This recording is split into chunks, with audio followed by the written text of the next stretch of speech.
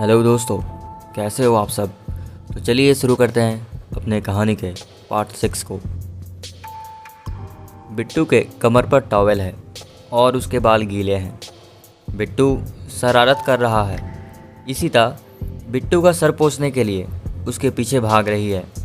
बिट्टू मस्ती करते हुए हंसते हुए बेडरूम की ओर ही भाग रहा है, बेड पर खेल रहा है। तभी इशिता का ध्यान राज की ओर जाता है। इशिता हंसकर ही कहती है, राज, अरे देखो तो, अपना बिट्टू आज कितना खुश है। बिट्टू को अपनी गोद में बिठाकर बोलती है, बहुत ही बदमाश हो गया ना तू। हाँ, बहुत पिटाई करूँगी तेरी। और इशिता बिट्टू का सर पोंछने लगती है। राज सोच में ही डूबा है। वो इशिता की कोई बातों पर ध्यान ही नहीं देता, बस बिट्टू को देखता रहता। तभी इशिता का ध्यान राज की ओर जाता है और वो राज को देखकर फिर से बोलती है, राज, क्या हुआ, कहाँ खो गए। राज हड़बड़ा कर बोलता है, हाँ नहीं, वो मैं हाँ मैं वो अपना लैपटॉप लेने आया था। ऐसा बोलते हुए बेडरूम में एंटर होता है। इशिता गुस्से से राज के सामने जाकर खड़ी होती है। हाथों में टॉवेल है। तुम्हारा ध्यान कहाँ है? तुम्हें तो बस अपने काम की ही पड़ी है। कभी हमारे बारे में भी सोचा? कल हमारी वेडिंग एनिवर्सरी थी, याद है तुम्हें? तुम तो भूल गए थे, लेकिन मैंने सब भूलकर शाम के लिए कुछ अलग ही प्लान किया था। तुमने सब खराब कर दिया राज। वैसे ही गुस्से में बेडरूम से बाहर जा रही है। दरवाजे तक जाते ही पीछे मुड़कर कहती है, जब तुम अपनी इस उलझी हुई दुनिया से इस दुनिया में आ जाओगे तो मुझे बता देना। अब मुझ में और ताकत नहीं बची है। ऐसा बोलकर इशिता नाराज़ होकर बाहर चली जाती है। राज टेंशन में है। दरवाजे की ओर देखकर ही सोच रहा है। तभी पीछे से बिट्टू की आवाज़ आती है। बिट्टू बोलता है, क्या इसीलिए भागकर शादी की थी इशिता से? दोनों हाथ कमर पर रखकर गुस्से से बोलता है। राज और ही घबरा जाता है। उसे पसीना आने लगता है। वो कुछ बोलने की कोशिश करता है, पर डर के कारण वो कुछ बोल नहीं पाता। राज, हाँ हाँ नहीं बिट्टू, तू बोल। नहीं नहीं इशिता, बिट्टू। राज घबराए हुए अजीब सी आवाज़ बोलने लगता है। राज की ऐसी हालत देखकर बिट्टू जोर से हंसने लगता है और बेड पर सेम पोजीशन में खड़ा रहता है। रूम में कहीं से लाइट चमकने लगती है और अजीब अजीब आवाज़ें आने लगती है। बिट्टू का गुस्सा देखकर राज और डर जाता है और वैसे ही रूम में भाग जाता है। बिट्टू राज के चले जाने के बाद सिर्फ मुस्कुराता है और बेड पर सेम पोजीशन में ही खड़ा बस मज़े ले रहा होता है। राज समीर के साथ फ़ोन पर बात कर रहा है। Raj, hello Sameer. Raj, yes okay, I am ready. Okay okay done. हाँ हाँ वही मिलते हैं, ओके बाय।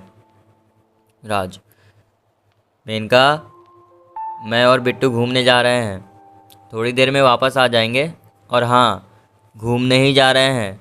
अपना जासूसी दिमाग लगाकर अपनी मैडम को कुछ बताने की कोई ज़रूरत नहीं है, ठीक है? अब हम चलते हैं। मेनका, जी साहब, मैं मैडम को कुछ नहीं बताऊंगी, आप जाइए। राज और बिट्टू जैसे ही घर से बाहर जाते हैं, मेनका इशिता को फ़ोन करती है। Maneka, hello madam. इशिता, हाँ मेनका, अब क्या हुआ? मेनका, मैडम, आपके पति हैं, अभी अभी बिट्टू को लेकर बाहर गए हैं। मुझे तो घूमने के लिए बोल कर गए, लेकिन मुझे कुछ तो गड़बड़ लग रही है। आप जल्दी आ जाओ मेम साहब यहाँ। इशिता, हाँ तो गए होंगे घूमने के लिए, तुम भी ना हर बार शक करती हो। मेनका, नहीं मैडम, पहले समीर जी का फ़ोन आया, फिर वो जल्दी से निकल गए और ये बात आपको न बताने को भी कहा। मेनका बहुत जल्दी में बोलती है। इशिता कुछ सोचकर बोलती है, तुम एक काम करो, रिक्शा से उनका पीछा करो और मुझे अपनी लोकेशन बताते रहना, मैं भी निकलती हूँ। चलो जाओ, जल्दी जाओ। Maneka, okay madam. मेनका भी राज के पीछे जाती है। कट 2। चारों तरफ धुआं है। बिट्टू किसी चक्र में बैठा है। तांत्रिक अपने मंत्र बोल रहा है। पास ही समीर और राज हाथ जोड़े बैठे हैं। तांत्रिक के साथ ही अपना काम कर रहे हैं। तांत्रिक, ओम क्लीम ब्लीम चामुंडाय विच्चा, तू जहाँ कहीं भी है मेरे सामने आ। सब लोग अपनी अपनी आंखें बंद कर लो, वो अभी आता ही होगा। बहुत शक्तिशाली है, लेकिन मुझसे कैसे बचेगी। आ आ अब होगा धमाका। ओम क्लीम ब्लीम चामुंडाय विच्चा। जैसे ही तांत्रिक मंत्र बोलता है, वैसे ही पहले राज के गालों पर थप्पड़ लगता है। राज आंखें खोलता है तो सामने इशिता है। वो डर जाता है। इशिता वैसे ही थप्पड़ तांत्रिक को मारती है। मेनका भी उस तांत्रिक को मारती है। पीछे से पुलिस भी आती है। उस तांत्रिक के साथी वहाँ से भाग जाते हैं। इशिता बिट्टू को उठाती है, राज और समीर की ओर गुस्से से देखती है और वहाँ से चली जाती है। राज इशिता को आवाज़ देते हुए उसके पीछे जाता है। इशिता बिट्टू को लेकर अंदर आती है। पीछे राज भी इशिता को आवाज़ देते हुए आता है। Raj, Ishita, Ishita, Ishita, enough is enough. बोल दिया तुमने और बहुत सुन लिया मैंने, लेकिन आज तुमने सब हदें पार कर दी। राज, कैसे बाप हो तुम? कौन अपने बेटे के साथ ऐसा करता है? क्या सोचकर तुमने मेरे बेटे को उस अनजान आदमी के हवाले किया? बोलो। राज, मैं तो इशिता, एक लफ्ज़ भी निकाला ना तो याद रखना, आज के बाद ना तुम मेरे पति हो ना बिट्टू के पापा। राज, ओके फाइन, लेकिन आखिरी बार मेरी बात तो सुन लो, फिर तुम जो चले वो डिसीजन ले सकती हो, मुझे मंजूर है। इशिता हाथ बांधकर बिना कुछ बोले खड़ी रहती है। राज, हाँ मानता हूँ मैं बिट्टू को उस अनजान आदमी के पास ले गया, लेकिन किस लिए? मैं भी उसका बाप हूँ, मुझे भी उसकी चिंता है।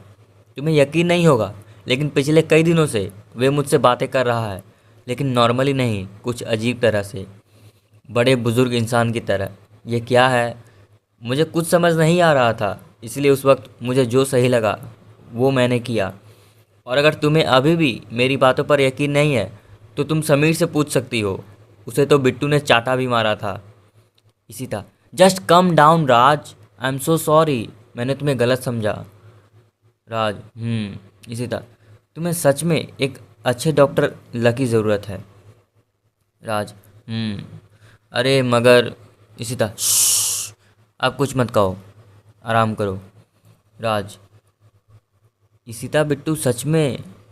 इशिता, बिट्टू को मैं संभालूंगी, तुम बस आराम करो। कल मैं खुद तुम्हें हॉस्पिटल लेकर जाऊंगी। और हाँ प्लीज़, अब और कोई सपना देखने की कोई ज़रूरत नहीं, ओके? इशिता राज को सीने से लगाती है।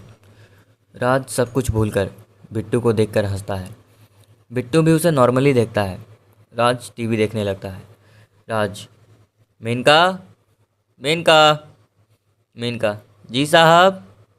राज, कुछ पिला दो यार, ठंडा या गरम, गला बहुत सूखा है।